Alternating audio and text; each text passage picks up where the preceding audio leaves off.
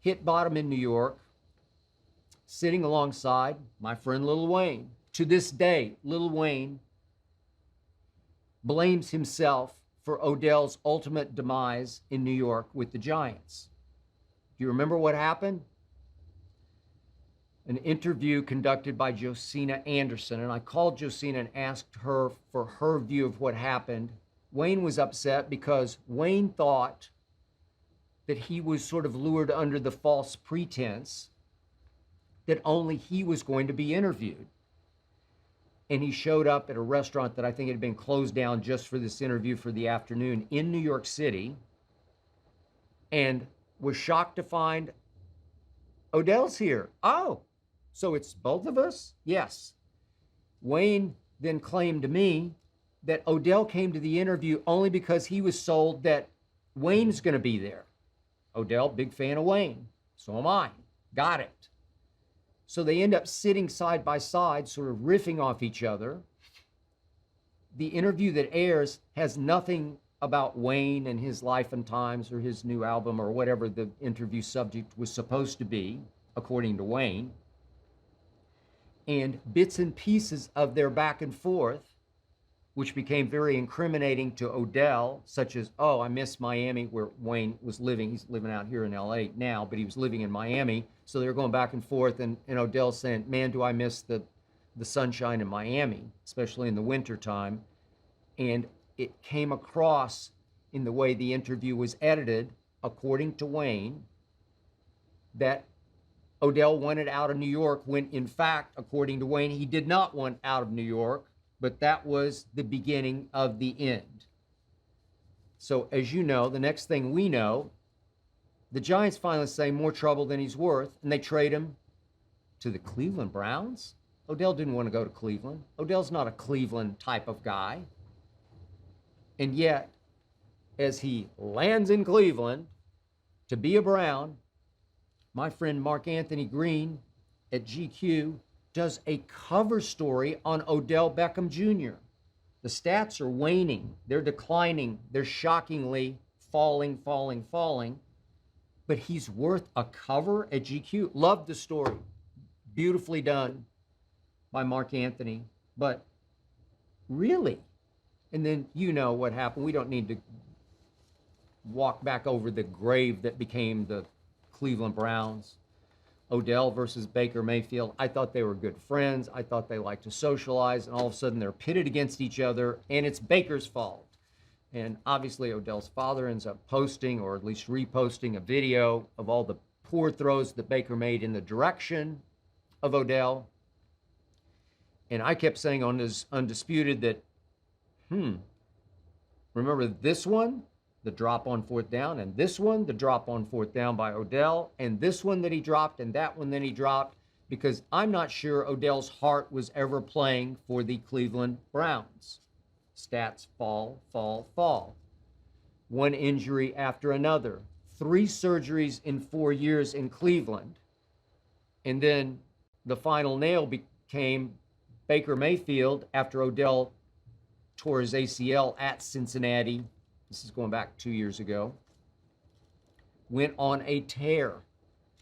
11 games, went 8-3, 20 touchdowns to only 3 interceptions. Lit up Pittsburgh in a playoff game at Pittsburgh. They won 48-37 without Odell. Baker had a QBR scale 0 to 100 of 91. It's pretty good. It's pretty great.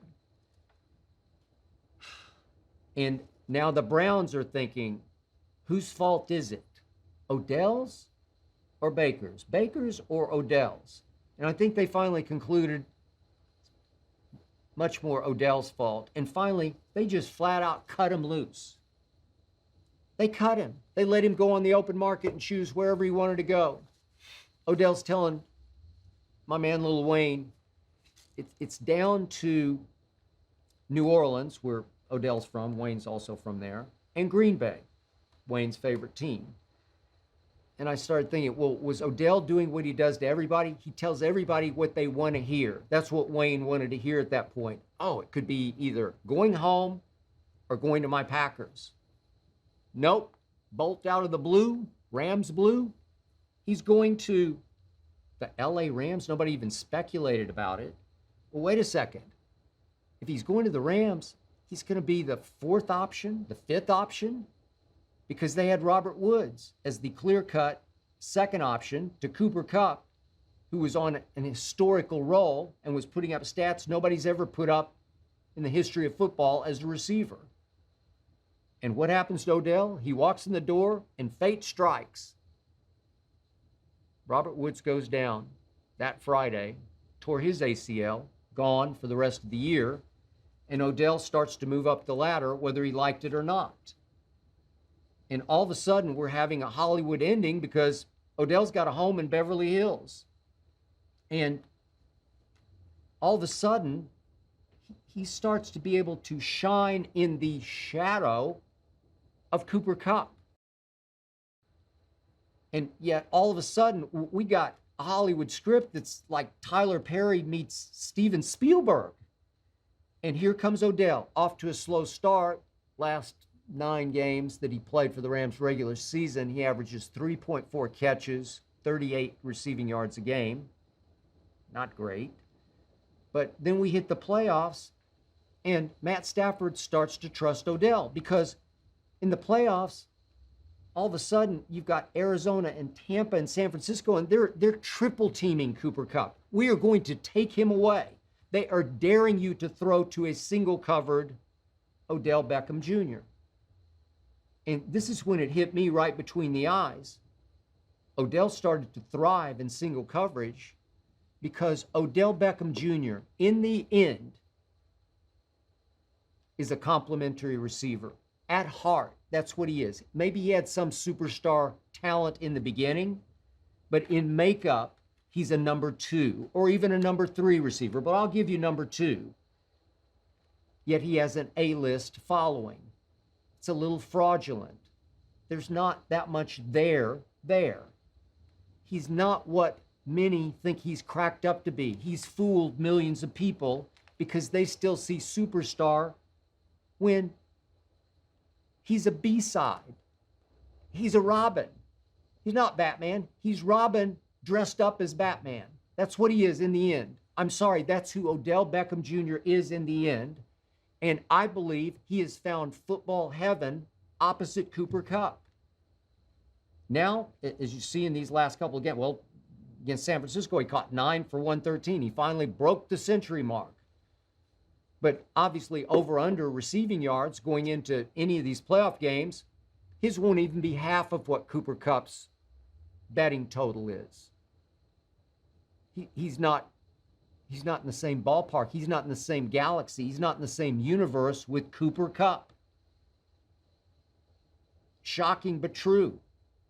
So in the end, do I expect him to come back on a make good sort of prove it sort of incentive-laced deal next year with the Rams? I do. Had one friend tell me maybe USFL, which is due to hit the charts this coming spring in April. Maybe it'll start to rate on Fox. I think some games are on NBC, many are on Fox, but it's going to be pretty big, I'm told. Would Odell take that money and run? Because then the pressure would be off. You wouldn't have NFL pressure to be a number 1 receiver anymore. Because in the end, he's just not that guy. In the end, he's just a number 2. And yet, biggest name in this Super Bowl. Way to go, Odell. You fooled him. I hope you enjoyed that video. You ready for more? Make sure you click that subscribe button for all the exclusive content from the Skip Bayless Show. And don't forget to check out the full episode of the show wherever you get your podcasts by clicking the link in the description.